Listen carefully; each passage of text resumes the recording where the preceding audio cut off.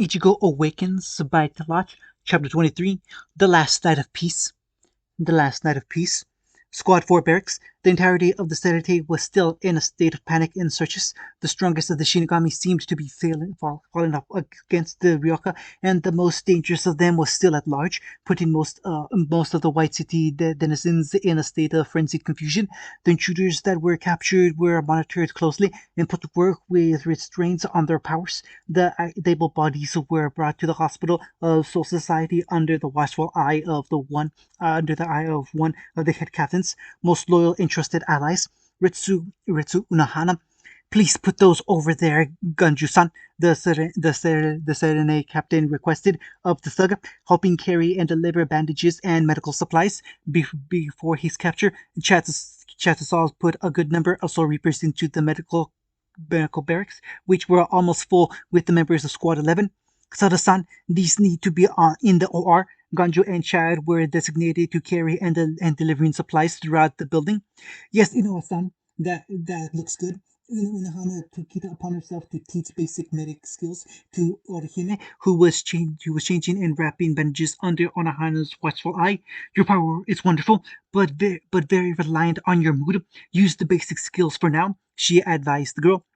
Chad, what did you do to this guy? Asked Uryu, who was serving as one of the main doctor staff, currently treating the broken third seat of the eighth.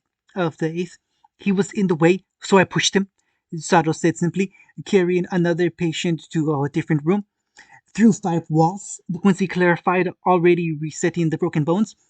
I push hard, he replied, carrying an irate Squad 11 guy back to his room. As lively as it ever been, the captain said with a smile, grateful for the extra hands helping out.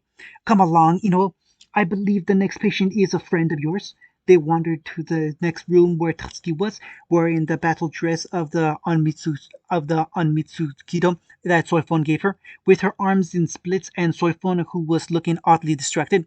Hey, Orihime! Tatsuki beamed to her friend as the two entered the room. Tatsuki, Orihime cheered as she hugged her friend, careful to avoid the fractured limbs. What happened? Internal bleeding, concussion, almost 100 broken ribs, and... Is that a wedgie? They heard from the next room. What the hell happened to Lieutenant Omainara? The healing duo turned their attention on the fiery martial artist. He was picking on me changing, she said with a shrug, making the girls nod in understanding. Onohana then made to depart. Well, I have some business to take care of, she told the ladies. Captain Soifon, you seem distracted. Would you like to take a walk through my division garden? And she offered a sense of worry for the younger captain. No, I'm fine, Soifon defended. Besides, someone needs to watch the prisoners. We'll take care of the captain. They all turned to see Yumichika, Ikaku, and a bandaged Saraki coming in. Unohana smiled at the noticeable lack of his usual bells in favor of an unruly mess down the back. You go out and enjoy the beautiful flowers. The stealth force commander hesitated before finally taking the advice. Yumichika, go to that one playing doctor. Ikaku, help the other two with the supplies. Saraki ordered. I'll stay here with the girls. The two men scrambled to follow their orders when another pair of Saraki's subordinates came to plead with their captain to let them out. You are both still injured. You need to rest, Orihime told the two, worried about their health. Listen here, Missy, they started. Please go back to your rooms, Orihime pleaded, using teary puppy eyes on the two, making them blush and leave, commenting that they did still hurt a little. Wondering how devastating they'll be when they find out you have a boyfriend, Tatsuki muttered, making Orihime giggle. I'll keep an eye on them. You go about your duties, Saraki told the healer, noting for the first time that the scar she gave him didn't even burn anymore. The woman glared at the brat twice her size, feeling her own scar ache though not as much, before leaving to perform her duties. With Hinamori hours later, she was told that she could be discharged, that she was physically fine, the damage was minimal, and they let her have an extended stay because of the trauma of watching her captain killed in front of her. She admired him, such a gentle, caring man, showing compassion for all of his subordinates, protected them at their most vulnerable, and her hero. All the effort she put into rising into the ranks to prove herself killable worthy, and then he made her his lieutenant. She was filled with joy, loving the man like a father, worshiping him as a god. Then that Ryoka showed up, supposed to help save Rukia from an unjust execution, offered help from her saintly captain, only for him to reveal himself as a monster and kill that wondrous man that saved her. And she was unable to stop him. She had nothing but hate for that damned Ryoka that killed her beloved Aizen, that Ichigo Kurosaki. The second she woke up, realizing she wasn't having a terrible nightmare, she swore that she would kill him, no matter the cost. With that solitary thought, she dressed herself into a cold liver blade. Just where do you think you're going? She turned to see her childhood friend and captain of the 10th Division. It better be back to your squad. I have to find Toshiro, she said, seeing no point in lying to her oldest friend. I have to avenge Captain Aizen. Anyone else could see the determination in her eyes, and Toshiro knew that it was a foolish endeavor. Ichigo Kurosaki is not your concern, Momo, he said bluntly. He's a captain's priority only. Stay out of it. Toshiro, he killed Captain Aizen. She screamed at him, trying to make him see her point, to let her attempt the suicide mission, who then bested 4 lieutenants with little effort, put myself and Ichimaru on the defensive, defeated Kenpachi Saraki, and survived the captain commander himself, he said, reinforcing just how much of a threat the one Ryoka was. You're lucky to be alive right now. If you face him again, you will die. I know that, she yelled out. I know I don't stand a chance against him, but I have to do this. He killed my Captain Toshiro. I have to avenge him. She pleaded with her oldest friend. If you are really my friend, you'd understand. I do understand, Momo, he said, stern but gentle. Make no mistake, I want to avenge Aizen as well, but you are incapable of doing so, which is why I'm not asking you as a friend.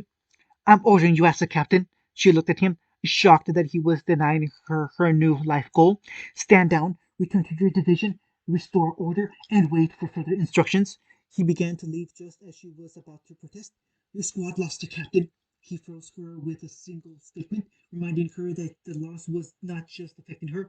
Don't take away the only one they have now.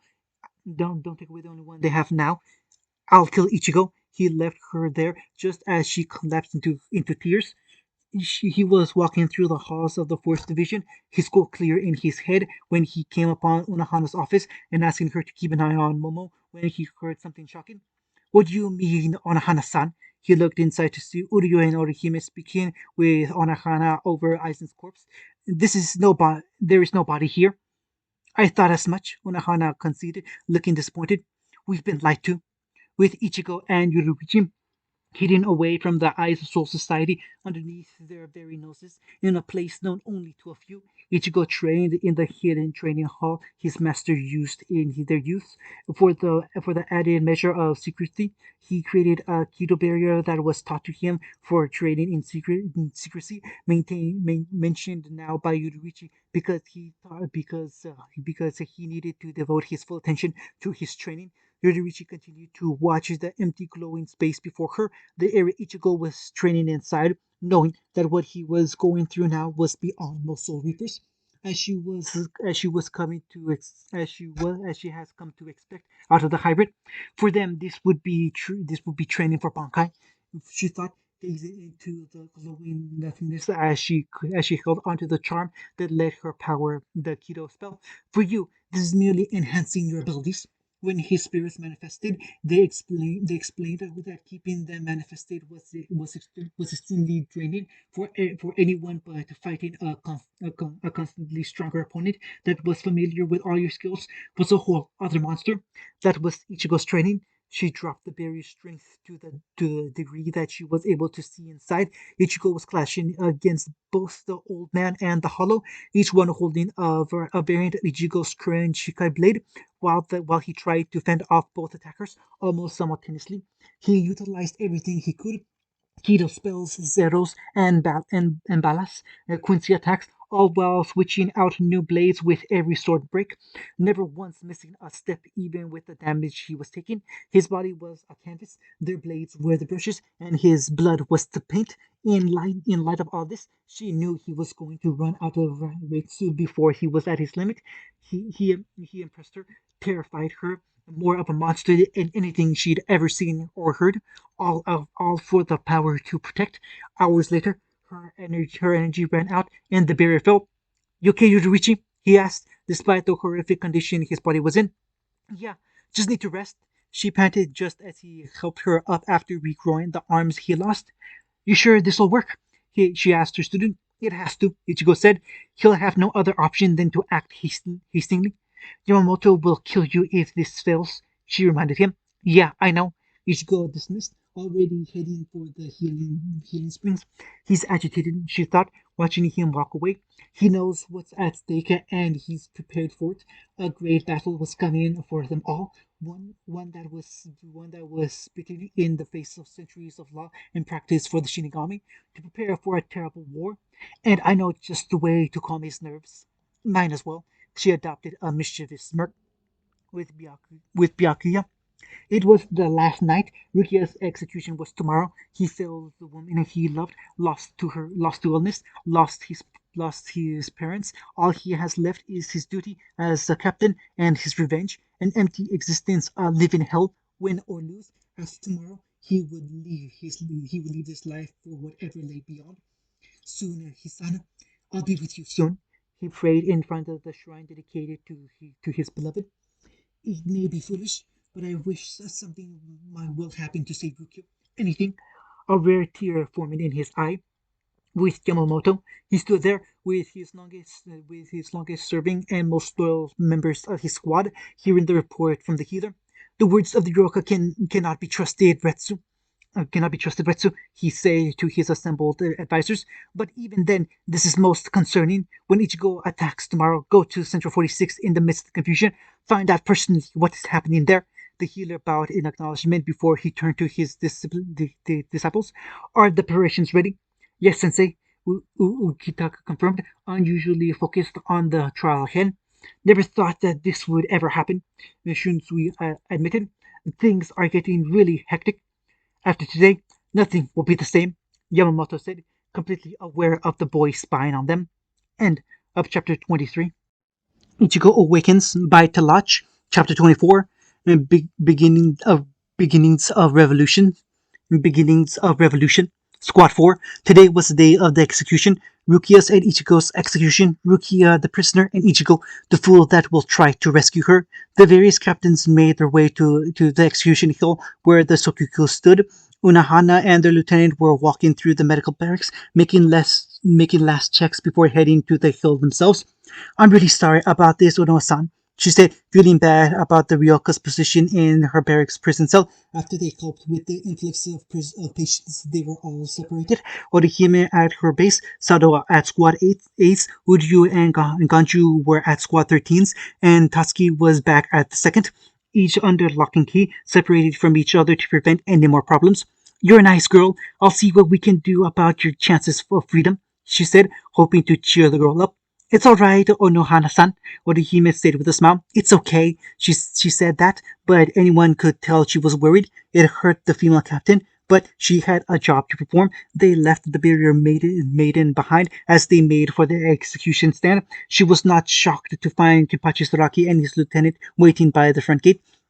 Captain Saraki, she greeted. The man made a full recovery and still had his hair in the unruly mess down his back, giving Yachiru a better handhold to stay on his back.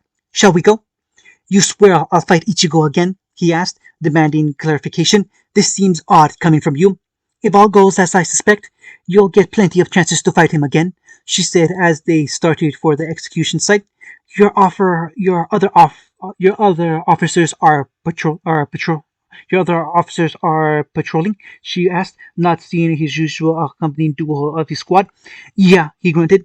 They're making their rounds, dismissing Ukaku and Yumichika simply to gather and escort Ichigo's friends during the confusion of the coming fight. Unohana prayed that their suspicions were wrong. If not, war would be upon them. The first in centuries, in the corner of her eye, she saw Hanataro nod towards her and head back into the barracks. Squad 8. It's not too uncomfortable, is it, Sato? Kyoraku asked the large teen. The reishi cuffs around his wrist kept him bound to the wall. Yeah, those cuffs will keep you from using your powers, meaning you can't enhance your strength to break out. Sorry about the lack of hospitality, he said, smirking to the giant. It's all right. I've been in worse, and Chad responded, already planning on his escape.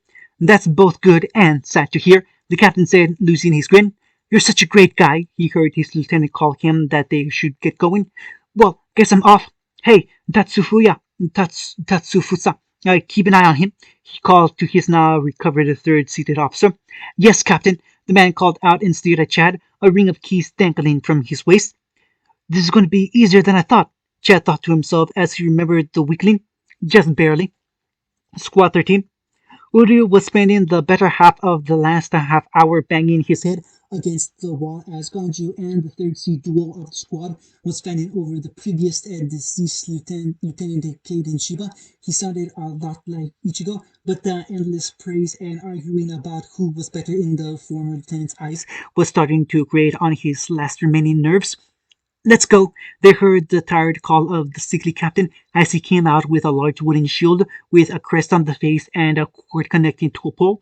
Somehow, his most fanatical subordinates didn't hear him in their argument with the Shibuk man. He released an exhausted sigh watching the trio. Hello, Isida-kun, he said to the Quincy that was still banging his head against the wall. You have the key I gave you? Yep, Uriel let out, completely disconnected. Is this what you deal with every day? He asked. Usually just the two of them, but yes, the man admitted. There was a pause to see if it was going to end anytime soon. My condolences, the Quincy said. Thank you. Squad 2. Tatsuki was completely immobilized. Every joint was locked in place, and she was suspended from the ground. The days of her imprisonment gave the punishment squad enough of an idea on what to get to restrain her, and this was a time that they could know distractions like her running around causing havoc. They were familiar with the danger she presented. Well, she's not going anywhere anytime soon. Omaeda sneered at the girl that constantly humiliated him. Looks like your special treatment is over. Toski just glared at the man, acting so high and mighty despite his numerous losses to her. He was getting himself ready to leave with his captain when she showed up. Omiya, stay here and watch her, she ordered, a little too quickly from her usual attitude. What? But Captain, he tried to protest. No, you know as well as I do she's a dangerous target. I'm not taking risks with her, she said, not noticeably distracted and agitated. Toski noticed this and smirked. Still thinking about what I told you? She said teasingly. About why she left you behind. Sorfon glared at the empowered human, but said nothing as she left, heading for the execution stand by herself. A prisoner shouldn't be so cheeky, Omiyata growled at the martial artist. If she gets hurt in any way, I will see you executed, he warned the girl. Oh, just watch me, she smirked confidently as she challenged him. I'll be getting out of here. With Gin, he was walking along the bridge of the repentance cell, seeking Rukia to mess with her a little. What he saw disappointed him. She was already gone. There was no light, no drive, no hope, just emptiness. Probably that scolding from the Shiba man and hearing that Ichigo essentially had a death sentence must have crushed her. She might as well be dead from the inside if her expression was anything to go by. Maybe he could fish for a little something else. Hello there, Rukia. He said was the prisoner and escort reached him. Lovely day, isn't it? He got no response as she stood there lifelessly. Almost all of your would-be rescuers have been caught. They'll most likely be executed for this transgression, or be put in the maggot's nest if certain captains pull the right strings. Still nothing. Ichigo will definitely be put to the sword, though, maybe in the same way as you. Together in death. How touching. No response, even now. You're no fun, not even the littlest bit of faith in your rumored lover, he said before walking off. But then again, there might be truth in his claim that this is all a setup, he said, finally getting a shift in movement from her. But the backing of traitors is meaningless, he finished before leaving. He had to meet up with Aizen, and he was aware that he was being followed. Do try to live, Kira, he thought to his lieutenant before flash stepping away. Sokugyu Hill. Yamamoto stood there, overlooking the members of the Gotai 13 that came in attendance to the execution stand. Lieutenant Izuru was there in lieu of his captain, who was missing, and Kurotsuchi was still recovering. And Soifon had her lieutenant stay behind and guard Tatsuki.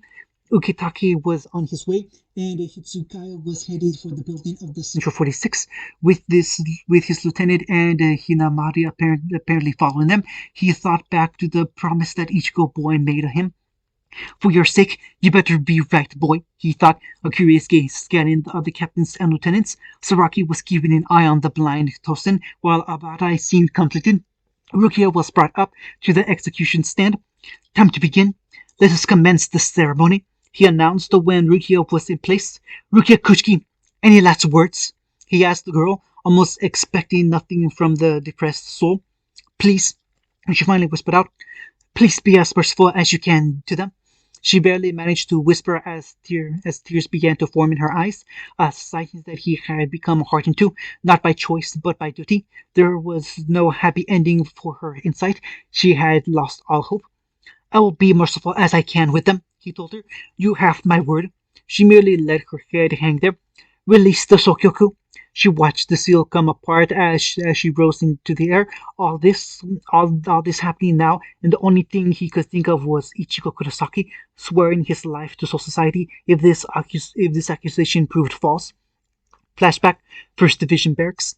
The battle with Kenpachi Saraki ended, and he waited for the hybrid to finally come to him. He heard a rustling in the room before his office, and a muffled speech from his longtime lieutenant. Suddenly, he heard an incantation, and the orange glow of a keto barrier enveloped the building. The doors before him flew apart and revealed the battered and bloodied form of Ichigo Kurosaki, a state many would be lucky to find themselves in after a fight with one called Kenpachi.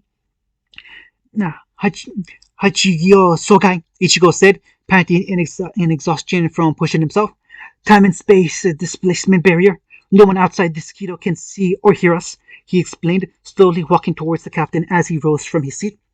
You storm into the afterlife, fight through an army of Shinigami, and seal us in an isolated space just to come and speak with me, he said to the upstart child as he drank some glowing blue liquid and began to recover from his injuries.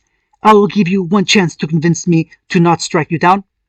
The sealed king of the Quincy, over 900 years he shall recover his heartbeat, over 90 years he shall recover his intellect, over 9 years he shall recover his power, and over 9 days he shall recover the world, Ichigo told him, making the old man open his eyes. It's no myth, and war is coming to your doors. The old captain stayed silent as he regarded the boy, looking for any trace of lies and misdirection, but there was none to be found. You have my full attention, Ichigo Kurosaki. The boy nodded and closed the distance between the two before kneeling down and offering his blade. The old man took it as a sign of submission and alliance. As he took the sword from the boy, Ichigo began his tale. My name is Ichigo Kurosaki, son of the Soul Reaper Ishin Shiba and Quincy Masaki Kurosaki. 6 years ago, Yoba performed his holy selection and drained my mother of her power. On that day, my own powers have awakened and I swore vengeance against the Quincy King, he told the man. I have come to warn you of the coming fight and to offer what help I can. And your evidence, boy? The commander asked, hoping there was no evidence of that monster's return. His heart sank as Ichigo's Ryotsu flared and coalesced into the form of his ancient enemy as he appeared 1,000 years ago. This is most concerning, he said, years of battle and experience keeping him upright. They are not the immediate concern, though, sir, Ichigo said, raising his head. Aizen plans to betray Soul Society. He looked back at the hybrid and waited for his explanation. Over 100 years ago, there were experiments on holification that affected captains, then captains Shinji Hirako, Kensai Mugarama, Rose Otirabashi, and Love Aikiwa, as well as Lieutenants Hiyori Sarugaki, Moshiro Kuna, Lisa Yadomaru, and Hachihina Ushoda. The blame for these experiments were placed on Kisuke Urahara and Tessai Tsukabishi. This was a lie as Urahara was framed. Aizen performed these experiments with the aid of Gen Ichimaru and Kaname Tosen, as named by Shinji Hirako and the other former captains. So they are alive. Genocide used processing the new information. What are their current states? If these fallen soul reapers were a threat, then they needed to be eliminated. But why is Ichigo just giving this information away? Aside from hollow powers, back to normal and stronger than the last time you saw them, Ichigo said. Their main interest is in destroying Aizen, but the news about Juba is forcing their hand. What proof do you have that condemns three of my captains? He asked, almost believing the boy. Did you not kill Aizen already? I did not, Ichigo admitted. He managed to escape me at the last second, and he was holding back. As for evidence, I have none but a suspicion of what Aizen is after. Urahara created an object called the Hogyoku, which should break the boundaries between Shinigami and Hollow. When he fled a century ago, he took it with him with attempts to destroy or seal it. I suspect the Hokaku that is currently hidden inside of Rukia's body. Is there anything here that could extract it? Extract? No, the old man grumbled. Leave behind. Yes. The Sokyoku, the harshest punishment of soul society. With this great power, it would burn away a soul, but not anything foreign. Especially if this Sokyoku is as indestructible as you say. It's also what Rukia has been sentenced to die by. By whose orders? Ichigo asked, rising from his bow. The Central 46, Yamamoto admitted. Some actions the past few days started to make sense to the grizzled old man. But how would Aizen be able to fake his death and control the governing body of Soul Society? His Hisanpakuto, Kyoku Suigetsu, Ichigo claimed. Shinji told me that Aizen explained his abilities to complete hypnosis. Anyone that sees his Shikai is under his illusion. Here's what I propose. Go along with Aizen's plan, but destroy the Sokyoku. He might have a plan B that will make him move personally. I'll fight at the hill while you have someone head to Central 46 and double check whether or not Aizen is there. A rather loose but still sensible plan. And if you are wrong, the commander asked, the boy gave him that same look of unshakable determination. Then you can have my life, he said fearlessly. The boy actually impressed the ancient captain. He saw a power and will that hasn't been present for centuries. He decided to give this boy a chance. Right or wrong, this boy was needed in the future. He could feel that he would be an invaluable ally if he was allowed to grow in power. Very well, but if this ruse is going to work, then I'm going to have to smack you around, he told Ichigo, flaring his own power. Ichigo unconsciously took a step back before standing his ground. Don't worry about me, Yamaji. I'm not a weakling, he said, taking back his blade. You may regret that, he said, revealing his blade. Reduce all creation to ash, he spoke, echoing with power. Ryuki and Jaka. Ichigo immediately rejected his boast as the man slammed a fist into his gut, filling the air with a sickening crunch and launching him out of the barrier, breaking it apart and sending a wave of flames at him. He finished it off by pointing at him and launching a level 91 auto spell. Senju Kotena Taiho. He managed to escape only because he was saved. Flashback end. So now here they were. Rukia was in front of the Sokyoku, now a blazing phoenix ready to destroy anything in his path. His own students, loved as his sons, now helping him to break the laws and peace he swore to uphold on the words of an outsider, trained by people with no strong ties to Soul Society. The biggest gamble in his 2,000 years of life, 1,000 years as Captain Commander, with the only payment being a boy's life, should it fail in the end. But based on Onohana's report of the Ryoka not seeing Aizen's corpse in the morgue, and her own admission of feeling something was not right about it almost guaranteed the hybrid's claim, the Firebird reared back and thrust forward towards Rukia, only to be stopped by a single figure. Now show me what you can really do, my next disciple, thought Yamamoto as he made up his mind about what to do with Ichigo's alliance. Everyone's escaped. Squad 8. Chad, do you see that Ryoka? The third seed sneered at the giant, taking pride at the payback he could deliver for his earlier humiliation. The Shokaku has been activated. Your little rescue attempt has failed. Chad moved in recognition of the name. The lieutenant told him to escape when the Shokaku was released. Guess now was the time. Is that so? Sado asked almost lazily. Guess I'd better get going. He straightened himself up and pulled against the chains, tearing them out of the wall. He didn't break stride as he went towards the prison bars and tear them out before tossing the door aside. Now give me the keys to my cuffs, he told the now trembling third seat. Squad 13 Uryu. Uryu was watching the hill with a massive spear, waiting for the telltale sign they agreed on to move out. Ganju was busy grumbling about him being his brother's favorite, as he had been doing for the last half hour. The moment he saw activity, he vehemently thanked every god he thought existed and spat out the key Ukitake gave him earlier. He swiftly freed himself from the cuffs and manipulated his spirit threads to grasp hold of one of his Celestinators to cut their way to freedom. Once he was finished with that, he was going to announce their freedom to Ganju, who was still ignorant and grumbling to himself. He released a sigh before holding Ganju's hand and cutting off the cuffs with his chainsaw blade. He still wasn't getting a reaction, so he dragged him out of the cell and punched him in the eye really hard. Ah! What the hell, man? He screamed out after falling to the ground. Why did you... Wait, when did we get free? He asked Quincy. I've been breaking out for the last 5 minutes. Now, come on, he ordered the Shiva man. You're just gonna need our help. Squad 4, Orihime. She sat in her cell, humming away a tune while daydreaming about life after they all leave society. With Rukia finally joining the group, it could be a lot more fun. She could match Tatsuki's strength and confidence while enjoying the fun and cuter things she was into.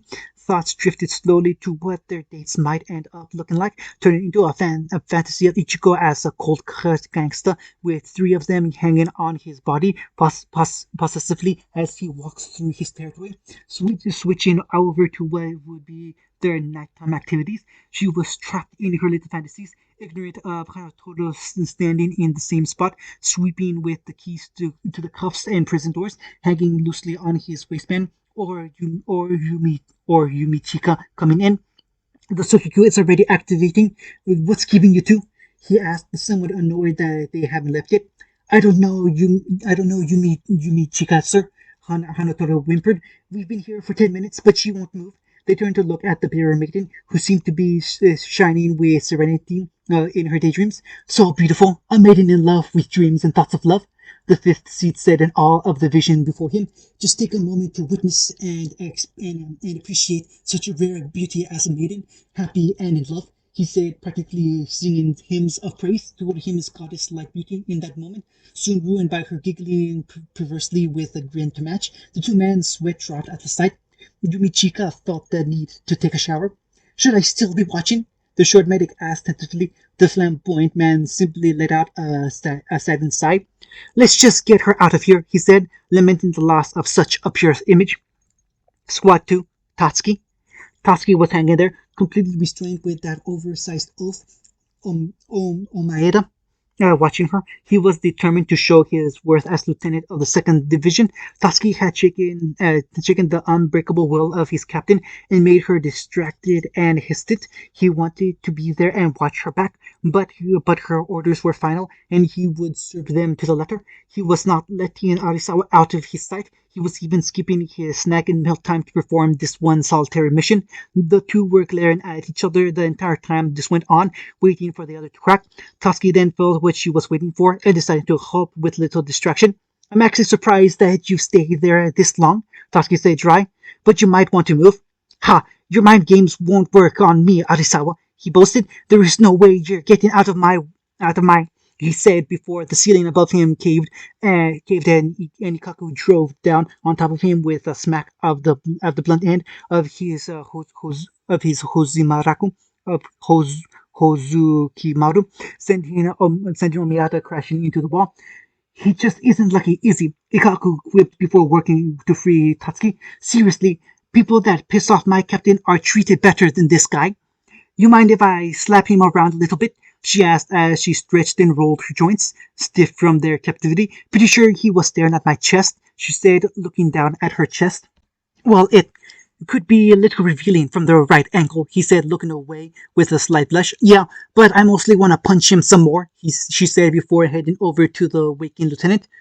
Really unlucky, Ikaku muttered in sympathy as Tatsuki returned to beating the man with Toshiro. The execution has started, he said, looking at the shine of fire and light from the execution hill. He was running out of time. He needed to see for himself whether Aizen was a traitor or not. He was suspicious of Gin even after the man tried to save his life, but Aizen couldn't possibly be the traitor, could he? Come on, Rankiku. We have to hurry, he said before running towards the towards the legislative building, completely unaware of his oldest friend following him. Toshiro, what happened to killing Ichigo? She wondered as she shadowed him. End of chapter 24.